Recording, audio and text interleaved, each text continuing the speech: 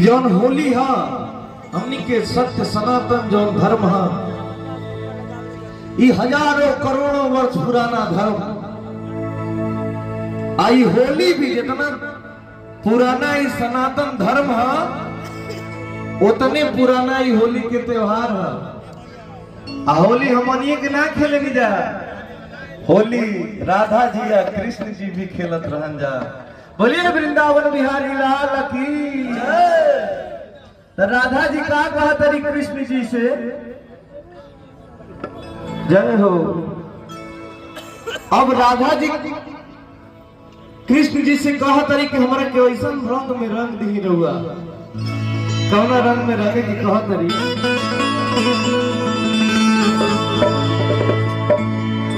कली है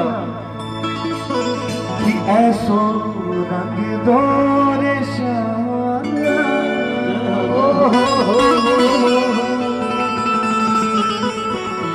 बाबू इका है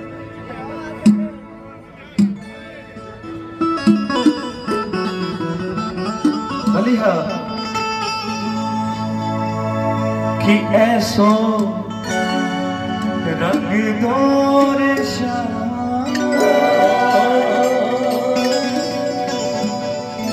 कि सारी उम्र रंग ना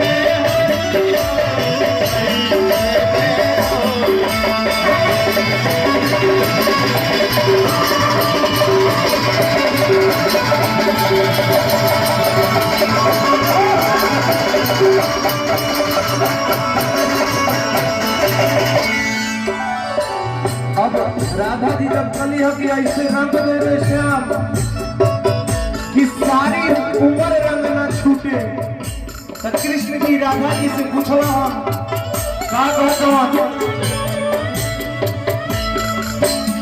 कौन रंग राधा तो दी चुना